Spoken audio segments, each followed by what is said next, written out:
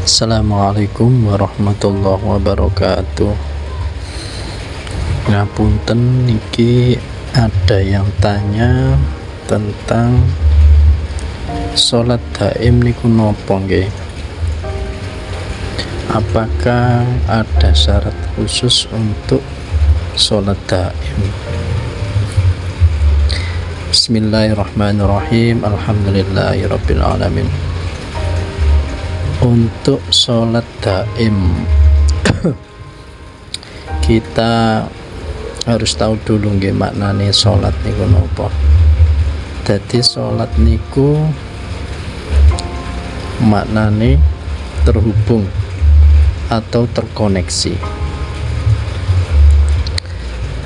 Sedangkan untuk daim sendiri niku maknane terus menerus. Jadi sholat daim itu artinya kita selalu terhubung oleh Allah Subhanahu wa ta'ala secara terus menerus.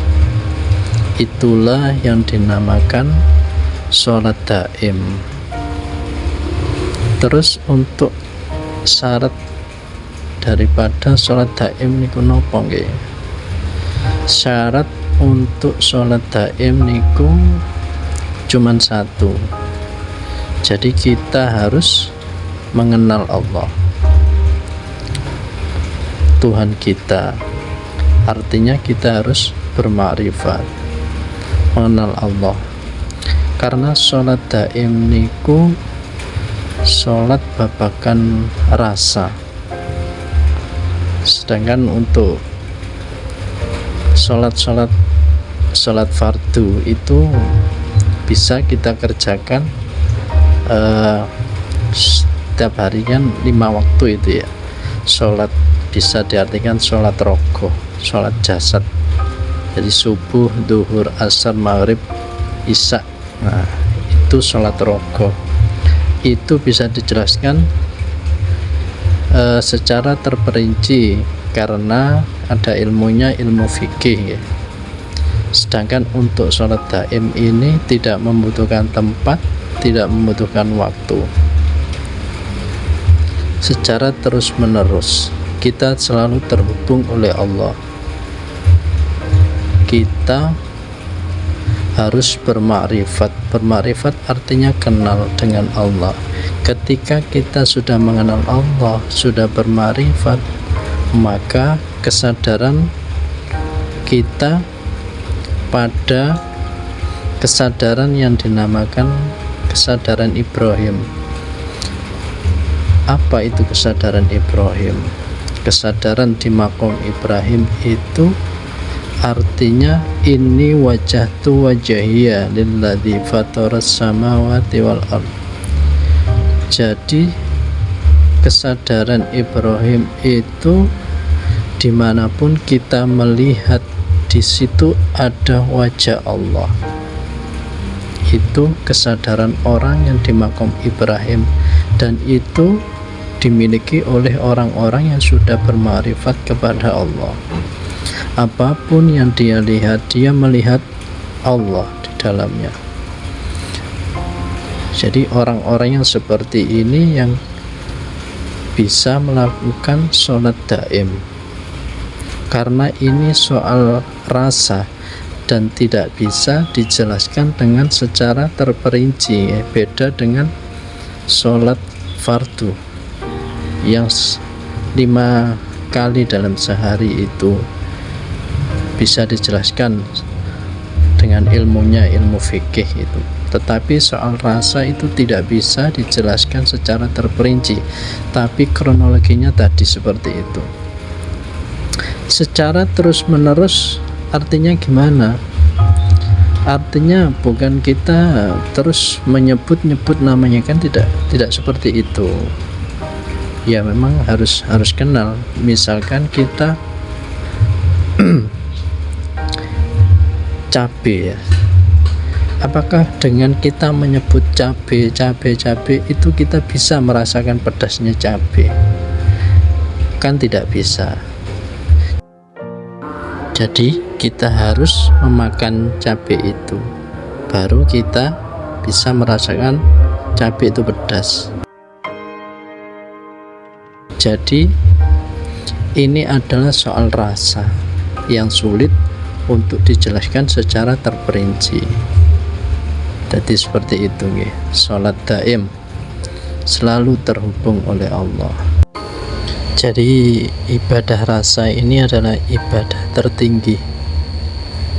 Ibadah tertinggi seseorang, karena dengan ibadah seperti ini bisa merasakan kehadiran Allah. Beda orang yang belum bisa mengenal Allah, artinya masih di makom-makom syariat ya. Kalau di makom syariat itu hanya mengetahui tentang nama Allah itu aja, belum mengetahui esensi dari dibalik nama itu. Ketika seseorang sudah mencapai tingkat makrifat, dia sudah lagi tidak merasa kalau dirinya yang beribadah. Jadi setiap gerak dan perbuatannya adalah semua karena kesadaran la haula wala quwata illa billahil aliyyil azim. Tiada daya dan upaya kecuali kekuatan Allah. Apapun yang dia lihat, dia melihat Allah. Apapun yang dia dengar, yang dia ucap, semua adalah kesadaran Allah.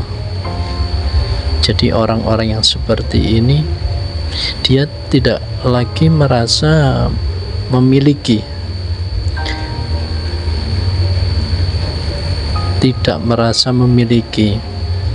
meskipun bersedekah dia tidak merasa memberi, karena yang memberi itu adalah Allah. Yang memiliki itu juga adalah milik Allah. Semua milik Allah. Kesadarannya sudah kesadaran Allah. Tidak lagi ada keakuan di dalam dirinya. Di makom ini jugalah seseorang itu merasa bahwa dirinya itu tidak ada. Artinya dia merasa kalau dirinya itu tidak ada. Yang ada hanya Allah, la ilaha illallah. Yang mana selain Allah? Kan tidak ada. Semua ini adalah Allah, yang nyata maupun yang tidak nyata, semua adalah Allah. Karena kehidupan ini semuanya bercerita tentang Dia. Terciptanya manusia itu juga karena Allah ingin dikenal.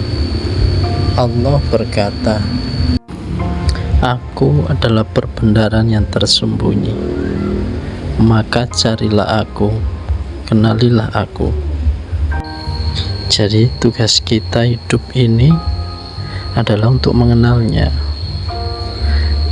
Kalau kita selama hidup yang masih berbadan jasad ini belum bisa mengenal Allah, maka kita diartikan orang yang buta.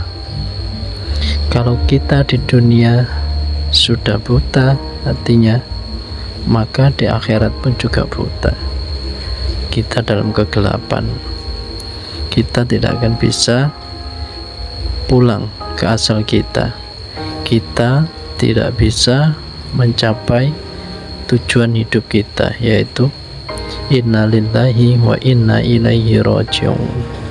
Maka segeralah bangkitlah jiwa-jiwa yang tertidur, bangunlah, sadarilah, kenalilah dirimu, kenalilah Allah. Assalamualaikum.